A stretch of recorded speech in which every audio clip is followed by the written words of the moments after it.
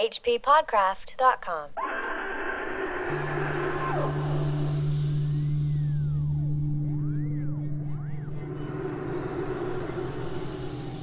From Beyond by H.P. Lovecraft.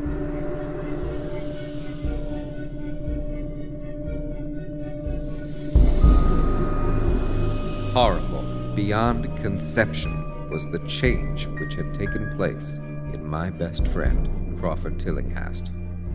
I had not seen him since that day, 2 months and a half before, when he had told me toward what goal his physical and metaphysical researches were leading, when he had answered my awed and almost frightened remonstrances by driving me from his laboratory and his house in a burst of fanatical rage. I had known that he now remained mostly shut in the attic laboratory with that accursed electrical machine, eating little and excluding even the servants. But I had not thought that a brief period of 10 weeks could so alter and disfigure any human creature.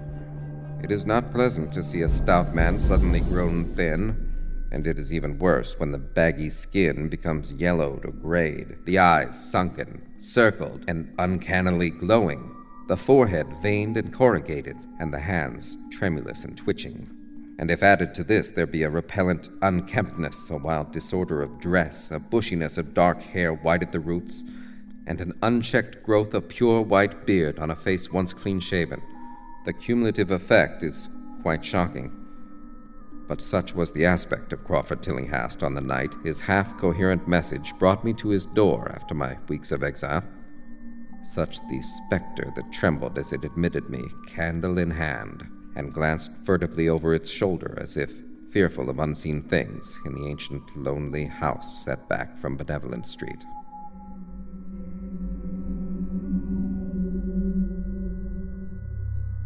That Crawford Tillinghast should ever have studied science and philosophy was a mistake. These things should be left to the frigid and impersonal investigator, for they offer two equally tragic alternatives to the man of feeling and action: despair if he fail in his quest, and terrors unutterable and unimaginable if he succeed.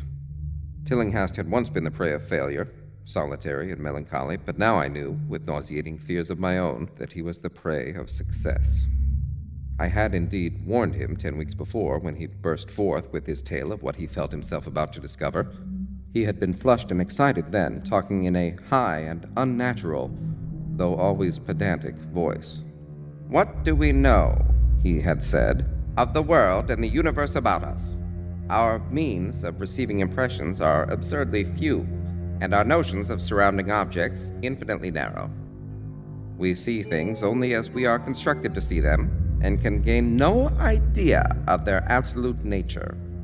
With 5 feeble senses, we pretend to comprehend the boundlessly complex cosmos, yet other beings with a wider, stronger, or different range of senses might not only see very differently the things we see, but might see and study whole worlds of matter, energy, and life which lie close at hand, yet can never be detected with the senses we have.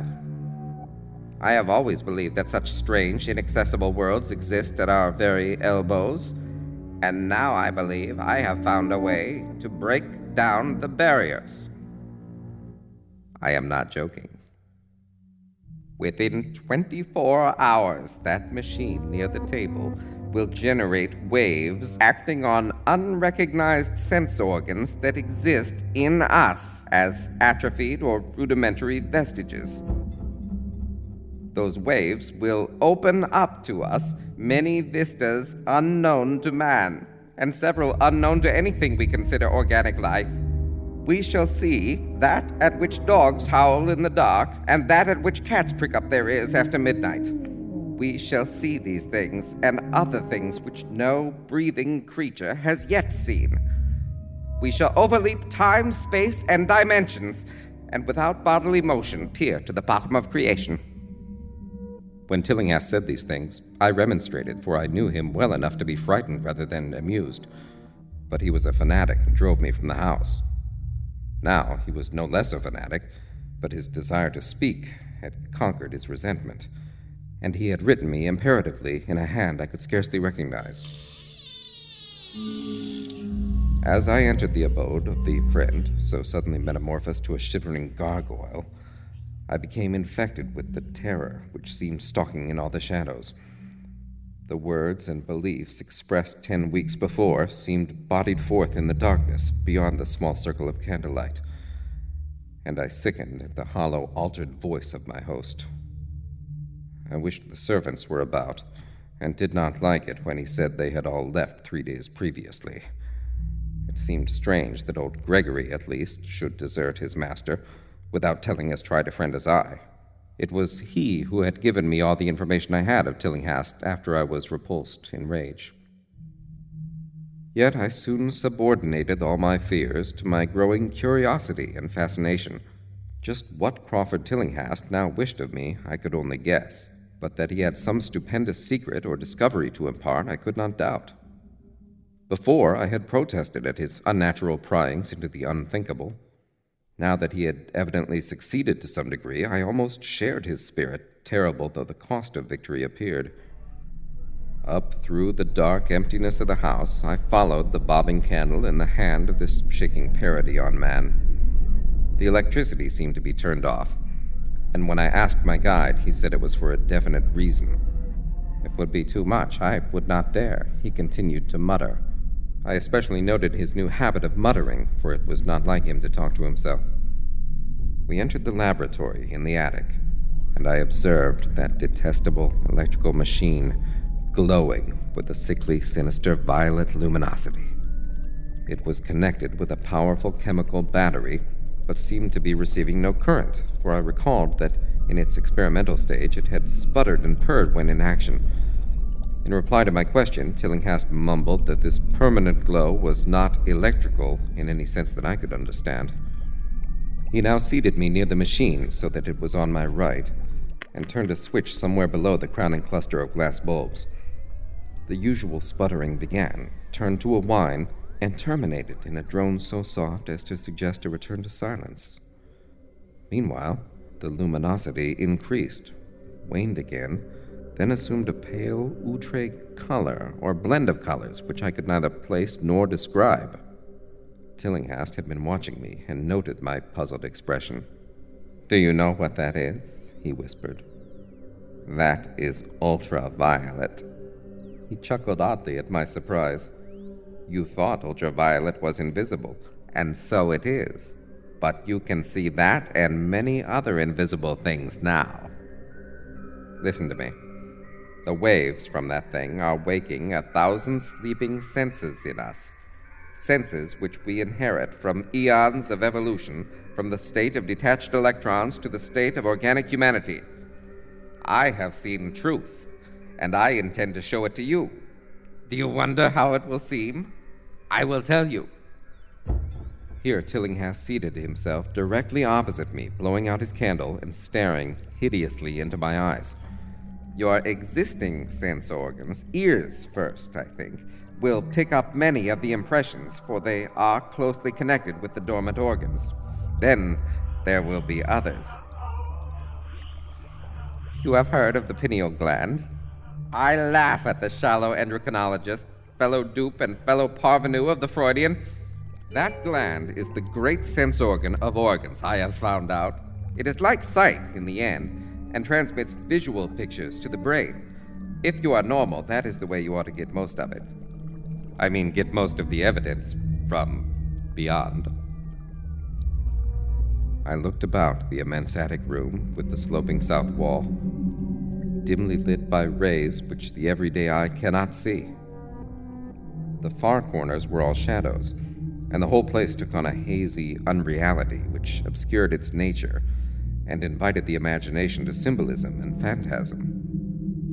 During the interval that Tillinghast was silent, I fancied myself in some vast and incredible temple of long-dead gods, some vague edifice of innumerable black stone columns reaching up from a floor of damp slabs to a cloudy height beyond the range of my vision. The picture was very vivid for a while, but gradually gave way to a more horrible conception, that of utter, absolute solitude in infinite, sightless, soundless space. There seemed to be a void and nothing more, and I felt a childish fear, which prompted me to draw from my hip pocket the revolver I always carried after dark since the night I was held up in East Providence. Then, from the farthermost regions of remoteness, the sound softly glided into existence. It was infinitely faint, subtly vibrant, and unmistakably musical, but held a quality of surpassing wildness which made its impact feel like a delicate torture of my whole body. I felt sensations like those one feels when accidentally scratching ground glass. Simultaneously, there developed something like a cold draft which apparently swept past me from the direction of the distant sound. As I waited breathlessly, I perceived that both sound and wind were increasing, the effect being to give me an odd notion of myself as tied to a pair of rails in the path of a gigantic approaching locomotive.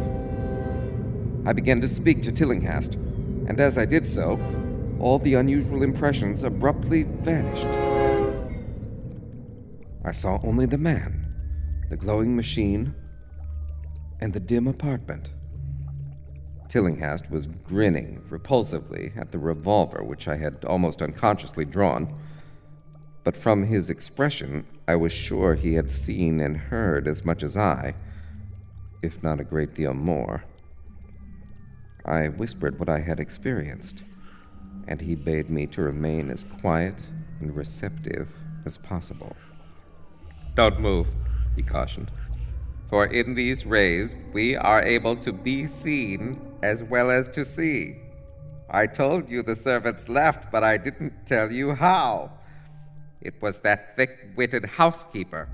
She turned on the lights downstairs after I had warned her not to, and the wires picked up sympathetic vibrations.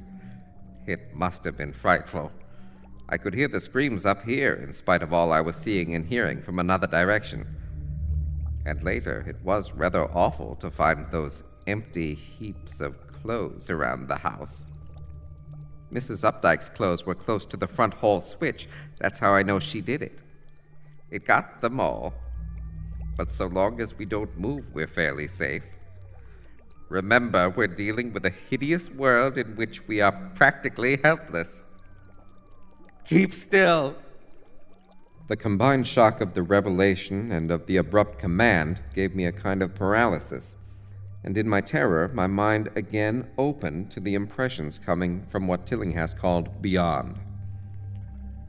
I was now in a vortex of sound and motion, with confused pictures before my eyes. I saw the blurred outlines of the room, but from some point in space there seemed to be pouring a seething column of unrecognizable shapes or clouds, penetrating the solid roof at a point ahead and to the right of me. Then I glimpsed the temple-like effect again, but this time the pillars reached up into an aerial ocean of light which sent down one blinding beam along the path of the cloudy column I had seen before. After that, the scene was almost wholly kaleidoscopic, and in the jumble of sights, sounds, and unidentified sense impressions, I felt that I was about to dissolve or in some way lose the solid form.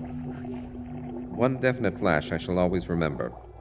I seemed for an instant to behold a patch of strange night sky filled with shining, revolving spheres, and as it receded, I saw that the glowing suns formed a constellation or galaxy of settled shape, this shape being the distorted face of Crawford Tillinghast. At another time, I felt the huge, animate things brushing past me and occasionally walking or drifting through my supposedly solid body, and thought I saw Tillinghast look at them as though his better trained senses could catch them visually. I recalled what he had said of the pineal gland and wondered what he saw with this preternatural eye. Suddenly, I myself became possessed of a kind of augmented sight. Over and above the luminous and shadowy chaos arose a picture which, though vague, held the elements of consistency and permanence. It was indeed somewhat familiar, for the unusual part was superimposed upon the usual terrestrial scene, much as a cinema view may be thrown upon the painted curtain of a theater. I saw the attic laboratory, the electrical machine, and the unsightly form of Tillinghast opposite me. But of all the space unoccupied by familiar material objects, not one particle was vacant. Indescribable shapes, both alive and otherwise, were mixed in disgusting disarray, and close to every known thing were whole worlds of alien, unknown entities. It likewise seemed that all the known things entered into the composition of other unknown things, and vice versa. Foremost among the living objects were great inky, jellyish monstrosities which flabbily quivered in harmony with the vibrations from the machine. They were present in loathsome profusion, and I saw to my horror that they overlapped, that they were semi-fluid and capable of passing through one another, and through what we know as solids. These things were never still, but seemed ever floating about with some malignant purpose. Sometimes they appeared to devour one another, the attacker launching itself at its victim and instantaneously obliterating the latter from sight. Shudderingly, I felt that I knew what had obliterated the unfortunate servants, and could not exclude the things from my mind as I strove to observe other properties of the newly visible world that lies unseen around us. But Tillinghast had been watching me and was speaking. You see them? You see them? You see the things that float and flop about you and through you every moment of your life? You see the creatures that form what men call the pure air and the blue sky? Have I not succeeded in breaking down the barrier? Have I not shown you worlds that no other living men have seen? I heard him scream through the horrible chaos, and looked at the wild face thrust so offensively close to mine. His eyes were pits of flame, and they glared at me with what I now saw was overwhelming hatred. The machine droned detestably. You think those floundering things wiped out the servants? Fool, they are harmless. But the servants are gone, aren't they? You tried to stop me. You discouraged me when I needed every drop of encouragement I could get. You were afraid of the cosmic truth, you damned coward, but now I've got you. What swept up the servants? What made them scream so loud? Don't know, eh? You'll know soon enough. Look at me.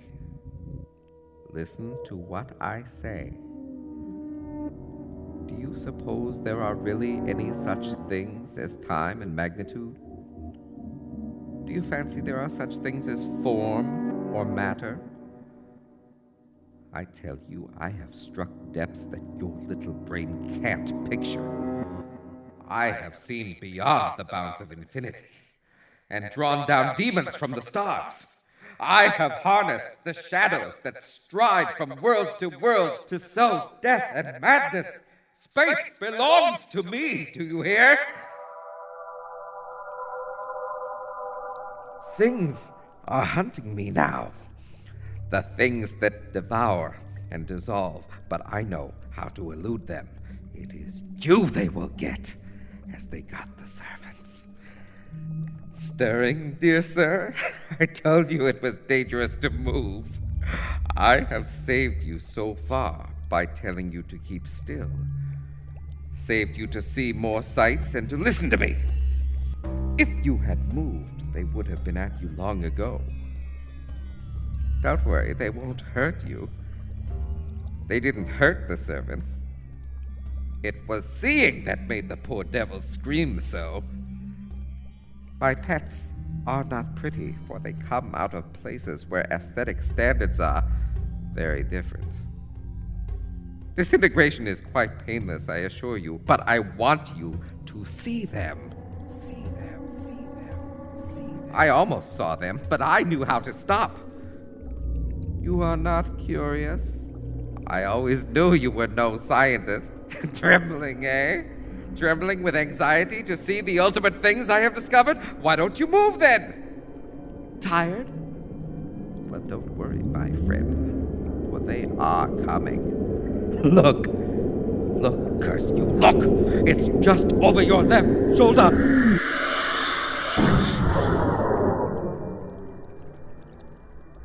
What remains to be told is very brief, and may be familiar to you from the newspaper accounts. The police heard a shot in the old Tillinghast house and found us there, Tillinghast dead and me unconscious.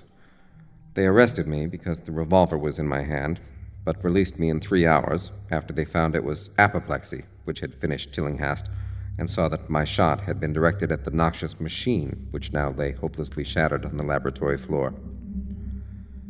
I did not tell very much of what I had seen, for I feared the coroner would be skeptical, but from the evasive outline I did give, the doctor told me that I had undoubtedly been hypnotized by the vindictive and homicidal madman. I wish I could believe that, Doctor. It would help my shaky nerves if I could dismiss what I now have to think of the air and the sky about and above me. I never feel alone or comfortable, and a hideous sense of pursuit sometimes comes chillingly on me when I am weary.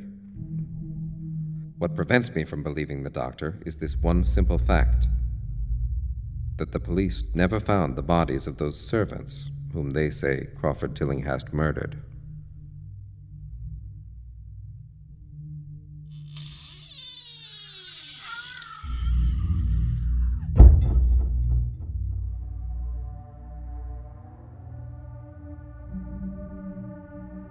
From Beyond by H.P. Lovecraft was read by Bruce Green. Recording services provided by Garrett Wadley at Rocketworks in Santa Monica, California. Production and sound design by Chad Pfeiffer. This reading, together with a picture in the house, can be enjoyed with friends in glamorous 3D audio. Details and downloads at hppodcraft.com. From Beyond was brought to you by the listeners of the H.P. Lovecraft Literary Podcast. Thanks for your support. hppodcraft.com